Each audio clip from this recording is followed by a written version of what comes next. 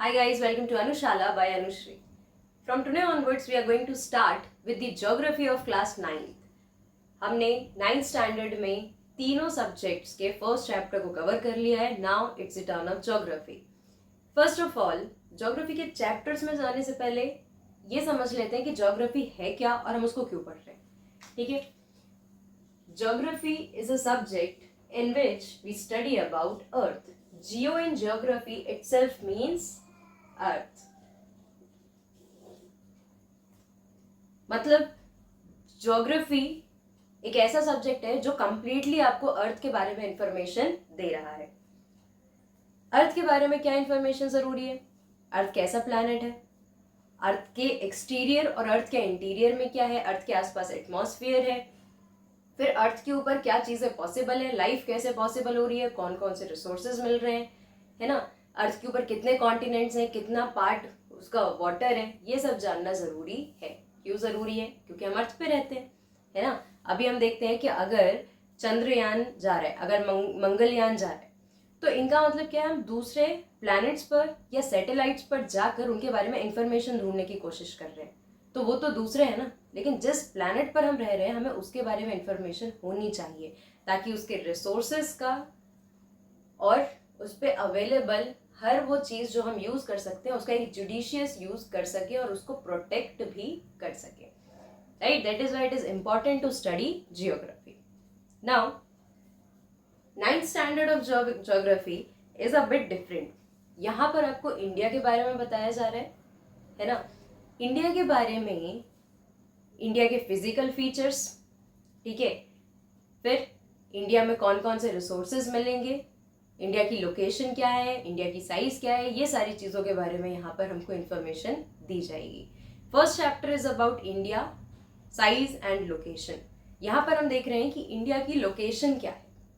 India की location क्या है?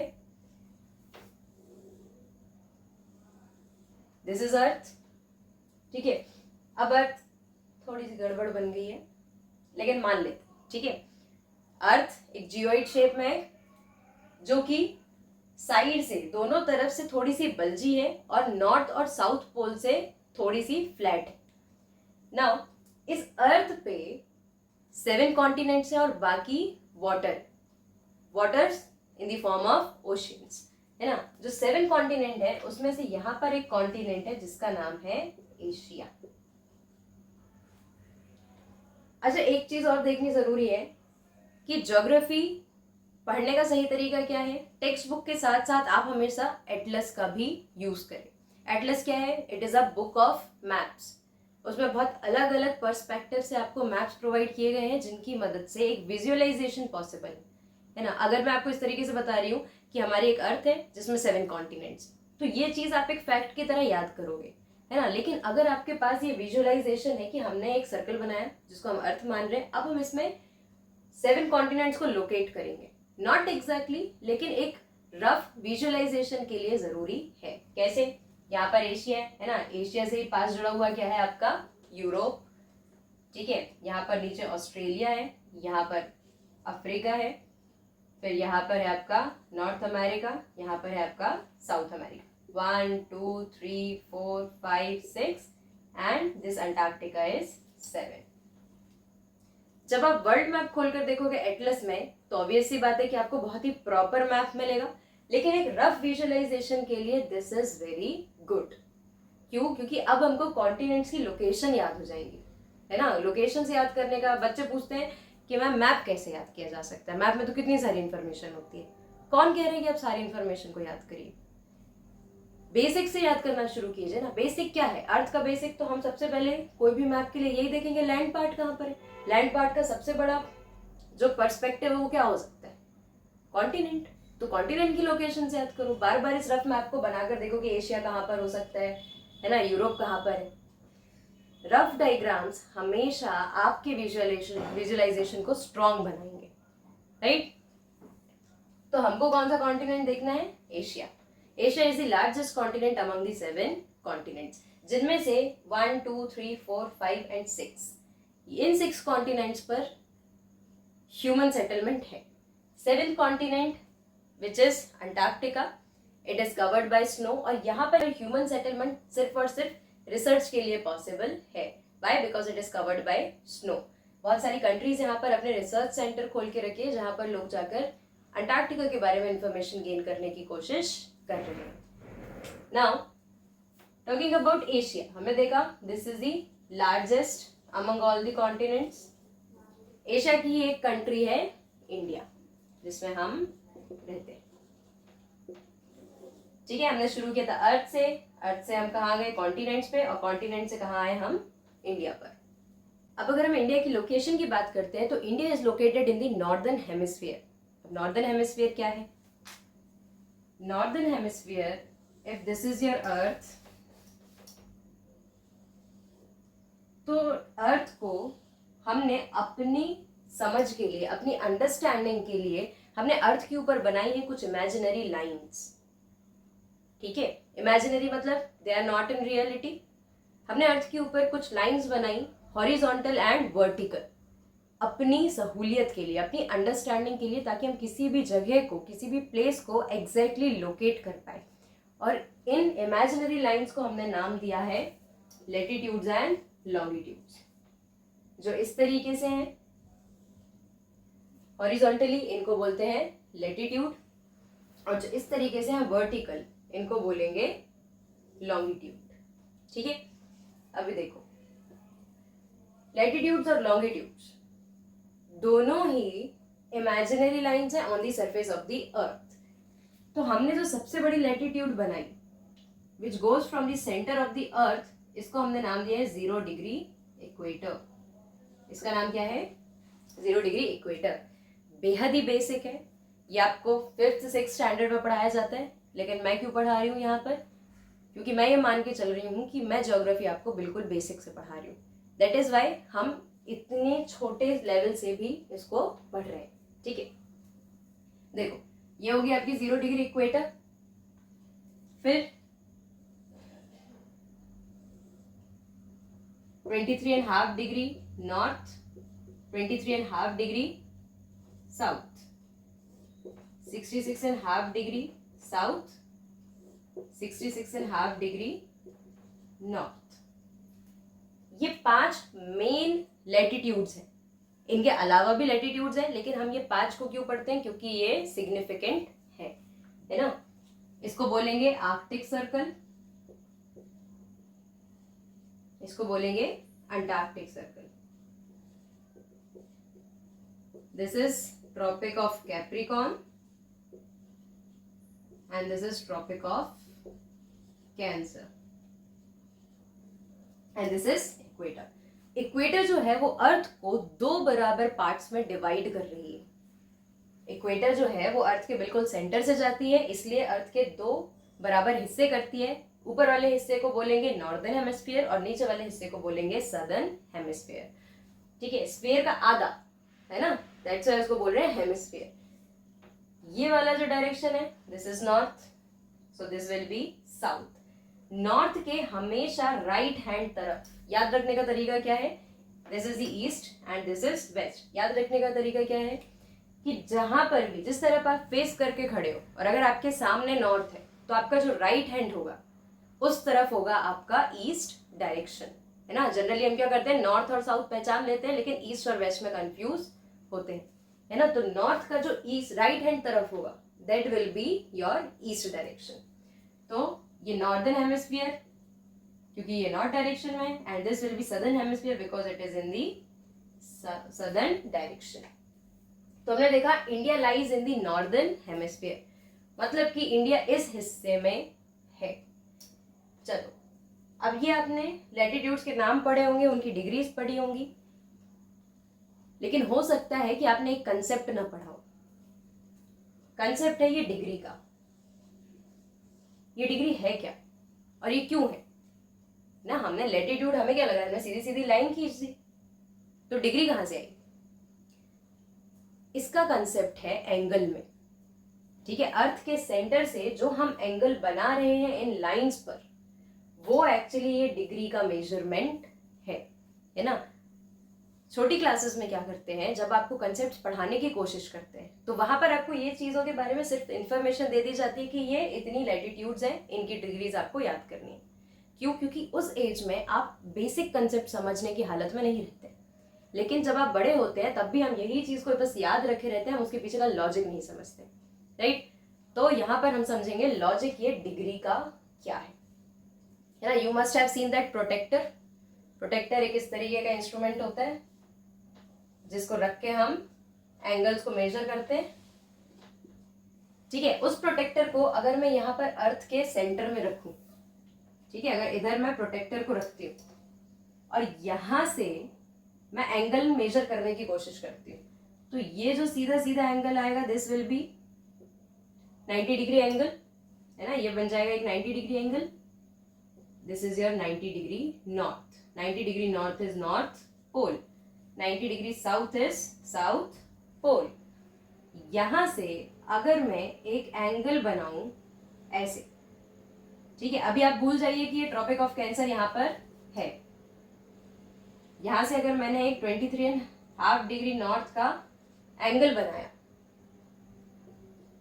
और फिर उस एंगल की एक तरफ से दूसरी तरफ को मैंने ज्वाइन कर दिया, ठीक है, तो इस तरीके से आपकी बनी है लेटिट्यूड। अगर यहाँ पर इस लाइन का मतलब है 23.5 डिग्री नॉर्थ, इसका मतलब है नॉर्थ डायरेक्शन की तरफ सेंटर से, अर्थ के सेंटर से हमने एक एंगल बनाकर एक लाइन को खींचा है। सारी लैटिट्यूड्स की सेम कहानी है। दैट इज वाई यहाँ पर क्या आ रहा है, डिग्री। एंगल को किस में मेजर करते हैं, डिग्री में मेजर करते हैं, ठीक है। This is the concept of the latitudes and longitudes. Longitudes के साथ भी सेम कंसेप्ट है। कंसेप्ट क्या है, और इमेजिनरी लाइंस हमको अर्थ के सरफेस के ऊपर क्यों हमने इमेजिन की है। ग्लोब में आपको प्रॉपरली लैटिट्यूड्स और लॉन्गिट्यूड्स दिखेंगी डेफिनेट डिस्टेंस पर, लेकिन अर्थ के ऊपर एक्चुअली ऐसी कोई भी लाइंस नहीं है। फाइन, नाउ अब हम अर्थ की लोकेशन देखते हैं। लैटिट्यूड्स और लॉन्गिट्यूड समझ में है। देखो, लैटिट्यूड और लॉन्गिट्यूड क्यों बना है, ताकि हम लोकेशन, सही लोकेशन पर पहुंच सकें। सही लोकेशन पर पहुंचना क्यों जरूरी है, जैसे अगर मान लो सिर्फ हमने बनाई होती लैटिट्यूड्स, ठीक है, और मैं आपसे बोलती कि आपको कहां पर पहुंचना है, आपको नॉर्दर्न हेमिस्फीयर में 45 डिग्री पर पहुंचिए, 45 डिग्री लैटिट्यूड पर पहुंचिए, ठीक है। तो आप 45 डिग्री पर पहुंच जाते।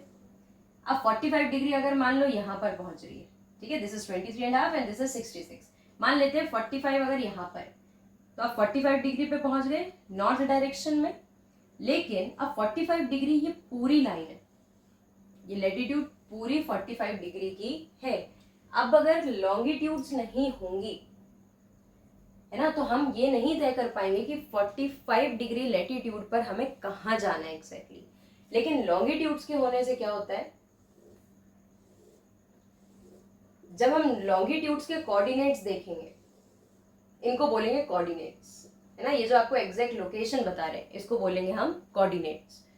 जब आप एग्जैक्ट पहुंचोगे आपको बताया जाएगा कि कौन सी लैटिट्यूड और कौन सा लॉन्गिट्यूड। वहां पर पहुंचने के बाद, उसकी डिग्री को मेजर करने के बाद आप एग्जैक्ट लोकेशन पे पहुंच सकते हो, ठीक है।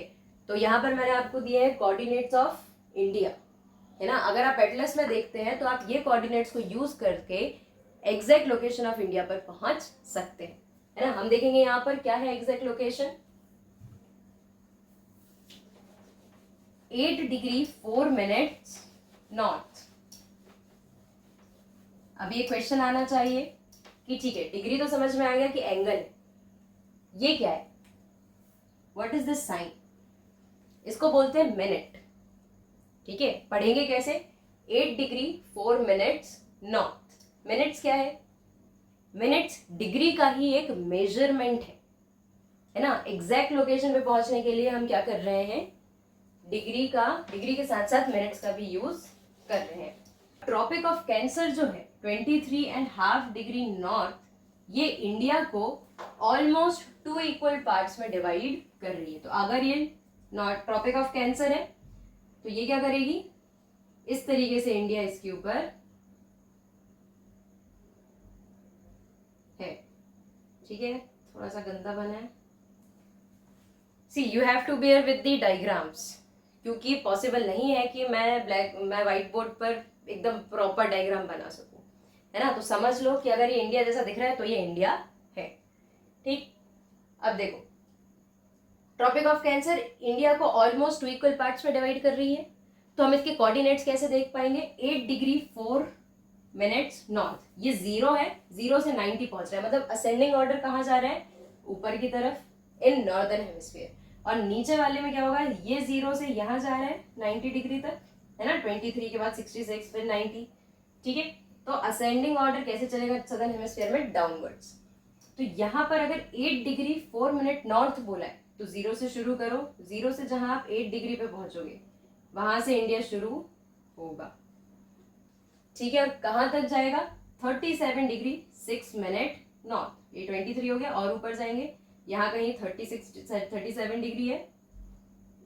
तो ये आपको एग्जैक्ट लोकेशन मिल गई इंडिया की। मिली? नहीं मिली। क्यों? क्योंकि इंडिया हमें तो यहाँ पर दिख रहा है इसलिए हमने मान लिया, लेकिन जब तक आपको लॉन्गिट्यूड्स नहीं बताया था तब तक आपको ये सिर्फ ये पता है कि 8 डिग्री से लेकर 37 डिग्री के बीच में कहीं तो भी इंडिया है ना। इंडिया यहाँ भी हो सकता है, यहाँ भी हो सकता है, यहाँ भी हो सकता है। एग्जैक्ट लोकेशन कैसे पता चलेगी? जब हमको लॉन्गिट्यूड्स बताया, है ना। नॉर्थ पोल से साउथ पोल को एक इमेजिनरी लाइन जोड़ती है, ठीक है। ये अर्थ को 2 इक्वल पार्ट में डिवाइड करती है। कहां से? बीच में से काट रही है, तो this side will be eastern part and this side will be western part. इस वाले हिस्से को बोलेंगे ईस्टर्न हेमिस्फीयर और इस वाले पार्ट को बोलेंगे वेस्टर्न हेमिस्फीयर। जब यहाँ पर लॉन्गिट्यूड्स बताएंगे तो लॉन्गिट्यूड्स होंगी ईस्ट या फिर वेस्ट डायरेक्शन में, है ना। लेकिन जब भी लैटिट्यूड्स होंगी तो वो होंगी नॉर्थ या फिर साउथ डायरेक्शन में। तो यहाँ पे हमको कोऑर्डिनेट्स क्या बता रहे हैं? 68 डिग्री 7 मिनट ईस्ट, यहां से शुरू हो रहा है और इधर से इधर जाएगा। तो यहां पर पहुंचे हम, ये है आपका 68 डिग्री 7 मिनट ईस्ट से कहां तक जाना है? और ईस्टवर्ड डायरेक्शन में, तो और इस तरफ जाएंगे 97 डिग्री 25 मिनट्स यहां तक। So this will be your exact location of India. अब यहाँ पर समझेंगे कंसेप्ट, ये डिग्री और मिनट का क्या कंसेप्ट है, ठीक है। देखो, डिग्री और मिनट, डिग्री मैंने आपको बताया एंगल, मिनट का कंसेप्ट यहाँ पर हम कैसे समझेंगे? लॉन्गिट्यूड्स जो है ना, मतलब जो वर्टिकल लाइंस हैं, यहाँ पर क्या देख रहे हैं हम? वर्टिकल लाइंस जो है इनको हम बोल रहे हैं लॉन्गिट्यूड्स। एक लॉन्गिट्यूड से दूसरी लॉन्गिट्यूड के बीच में कितना डिफरेंस आता है? 15 डिग्री का। कितना डिफरेंस आएगा? 15 डिग्री। अब यहां से अगर हम ईस्ट तरफ जाते हैं तो हम क्या करेंगे? हर 15 डिग्री के बाद कितना टाइम प्लस करेंगे? 1 आवर। मतलब कि अगर मैं 15 डिग्री यहां से यहां जाती हूं तो क्या होगा? अगर यहाँ पे 12 बज रहे हैं तो 15 डिग्री और ट्रेवल कर लिया तो मैं 1 आवर इसमें प्लस करूंगी तो कितना बच जाएगा? 1, है ना। मतलब whenever you are traveling 50 from one longitude to another, तो डिस्टेंस कितना होगा? 15 डिग्री का। और 15 डिग्री जब भी आप ट्रेवल कर लोगे तो कितना टाइम इंक्रीज होगा? 1 आवर। कितना टाइम इंक्रीज होगा? 1 आवर। तो हम ये मान सकते हैं कि 15 डिग्री का मतलब क्या है? कितना टाइम इंक्रीज होगा इससे? 1 आवर, है ना। और 1 आवर का मतलब क्या होता है? 60 मिनट्स। 1 आवर का मतलब 60 मिनट्स, है ना। तो मतलब 15 डिग्री के लिए हमको 15 डिग्री अगर प्लस होता है तो कितना प्लस होगा? 60 मिनट्स। तो 1 डिग्री ट्रैवल करने में हमको कितना टाइम हम प्लस करेंगे ये कैसे देखेंगे? 60 डिवाइडेड बाय 15 कितना होगा? 4। मतलब कि 1 डिग्री को हम क्या लिख सकते हैं? 4 मिनट्स। 1 डिग्री को हम क्या लिख देंगे? 4 मिनट्स। मिनट्स की जरूरत हमें इसलिए पड़ रही है क्योंकि अगर मिनट्स नहीं होंगे तो हम सिर्फ और सिर्फ हर 1 घंटे के बाद वाला डिस्टेंस ही कैलकुलेट कर पाएंगे, है ना। जैसे ये 8 डिग्री, ये मिनट से, दैट इज वाई 8 डिग्री हम यहाँ पर लिख पा रहे हैं। अदरवाइज ये क्या होता है? सीधा 15 डिग्री, फिर 30 डिग्री, फिर 45 डिग्री, इस तरीके से चलता। दैट इज वाई मिनट्स का यहाँ पे निकालना जरूरी था, ताकि हम बिल्कुल एग्जैक्ट पिन पॉइंट लोकेशन पर पहुंच सके, राइट। दैट इज वाई यहाँ पर मिनट का कंसेप्ट आया, ताकि हम एग्जैक्ट लोकेशन पर पहुंचे, है ना। और यहां से हमको एक चीज और समझ में आती है कि जब भी हम अर्थ के सेंटर से देखते हैं, जब भी हम ईस्ट तरफ जाते हैं, तो हर 15 डिग्री में कितना टाइम प्लस होगा, 1 आवर। और जब हम अर्थ के सेंटर से वेस्ट तरफ जाते हैं, तो हर 15 डिग्री के डिस्टेंस पर 1 आवर माइनस होगा। इस तरफ प्लस होगा और इस तरफ माइनस होगा। ये कंसेप्ट काम आता है जब आप टाइम कैलकुलेट करते हो। कैसे? देखो, अर्थ बहुत बड़ी है और हर अर्थ पर अलग अलग रीजन्स में अलग अलग टाइम जोन्स है ना। आपकी क्लॉक में इंडिया में बैठकर अभी जितना बज रहा है आपकी वॉच में, जरूरी नहीं है कि अमेरिका में, सिंगापुर में, जापान में सारी जगह एक सा टाइम हो रहा हो। क्यों? क्योंकि सब लोग अलग अलग टाइम जोन्स फॉलो करते हैं, है ना। और अलग अलग टाइम जोन्स क्यों फॉलो करते हैं?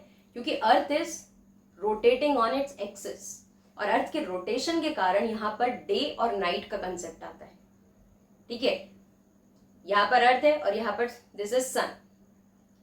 अब ये जो सन है, सन तो अपनी जगह पर है, अर्थ रोटेट कर रही है। अर्थ का ये हिस्सा जो अभी सन के सामने यहां पर होगा दिन, लेकिन जब ये ऐसे रोटेट करके दूसरी तरफ आ जाएगा, तो नाउ ये वाला हिस्सा है, ये अर्थ के सामने तो यहाँ दिन है और यहाँ पर हो जाएगी रात। तो अर्थ के रोटेट होने से क्या हो रहा है, दिन और रात। और समय दिन और रात के अकॉर्डिंग ही हम कैलकुलेट करते हैं। दैट इज वाई अर्थ पर अलग अलग टाइम जोन्स हैं, अलग अलग कंट्रीज में अलग अलग, मतलब अभी इसी समय अलग अलग कंट्रीज अलग अलग टाइम को फॉलो कर रही हैं। तो अगर मान लो मैं यहाँ बैठी हूँ और मुझे जापान में किसी को कॉल करना है, ठीक है, तो मैं कॉल करने से पहले ये देखूंगी ना कि वहां पर दिन चल रहा है या रात चल रहा है। ऐसा तो नहीं कि मैं कॉल कर रही हूँ, सामने वाला व्यक्ति सो रहा है, ठीक है। तो मैं कैलकुलेट कैसे करूंगी, उसके लिए हमें इस कंसेप्ट की जरूरत पड़ेगी, ठीक है। अगर मुझे पता है, मैं पहले ये सर्च करूंगी कि इंडिया से जापान कितनी दूर है ना। जितनी भी दूर होगा उसको मैं डिग्री 15 डिग्री से डिवाइड करूंगी, है ना। मान लेते हैं कि इंडिया में जहां आप बैठे हैं वहां से वो 45 डिग्री दूर है जापान, ठीक है। I am just giving you an example. तो अब आप 45 को किससे डिवाइड करोगे, 15 से। कितना आएगा, 3, ठीक है। मतलब कि कितने घंटे प्लस होंगे यहाँ पर, 3 घंटे उसमें प्लस हो जाएंगे, fine.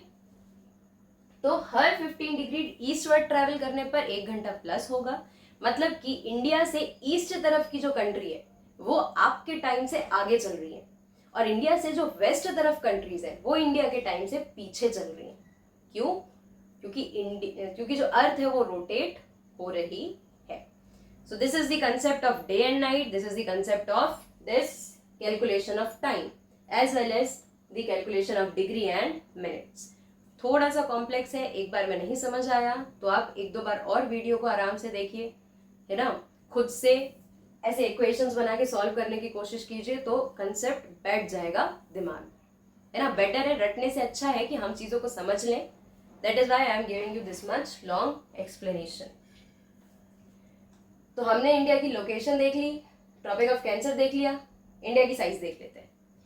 India is the 7th largest country in the world. 7th largest मतलब इससे बड़ी भी 6 कंट्रीज हैं, और उनके नाम आप मुझे लिखकर बताएंगे इन द कमेंट सेक्शन, ठीक है। Then that too in the proper ascending descending order. सबसे बड़ी कंट्री कौन सी है, उससे छोटी कौन सी है, उससे छोटी कौन सी है ना। इस तरीके से आप मुझे लिखकर बताएंगे कि कौन सी 6 कंट्रीज है which are larger than India. और इंडिया का एरिया क्या है, 3.28 million square kilometres. This is the area of India.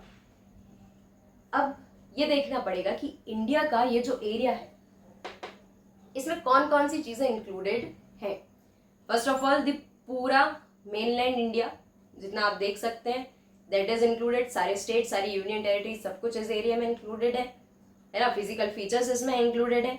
As well as India के पास कुछ ऐसी टेरिटरीज हैं